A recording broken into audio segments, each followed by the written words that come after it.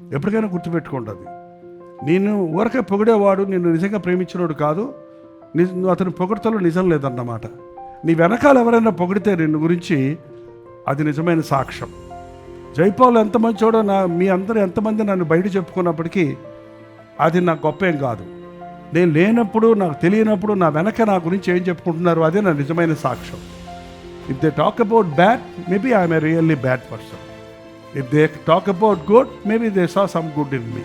అంతేగాని మనం ఏంటంటే మనం పొగడ్తలతో ముంచేయాలి, వెనక్కి వెళ్ళి గుసగుసలాడాలి, వెనక్కి వెళ్ళి మనం వారి పరువు తీయాలి. అది లోకంలో ట్రెండ్. అది కాకుండా ప్రభు బిడ్డలు ఎప్పుడు పౌలు ఎక్కడ ఎవరిని పొగిడినట్టు లేదండి. 99% ఎక్కడైనా ఒక చోట 2 చోట్ల ఉందేమో కానీ he was happy about them, but is not appreciating them. నేను మిమ్మల్ని మెచ్చనో అన్నాడు, అంతే.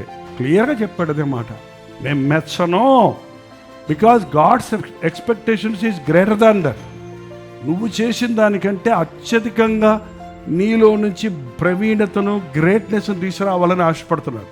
నిన్ను ఎంత స్క్వీజ్ చేస్తే అంత జ్యూస్ వస్తుంది, అంత స్ట్రాంగ్ అవుతావు.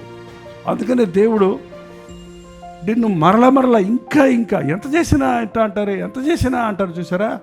అది ఎందుకంటే నీలో నుంచి the best strength and outcome వచ్చేటట్టుగా.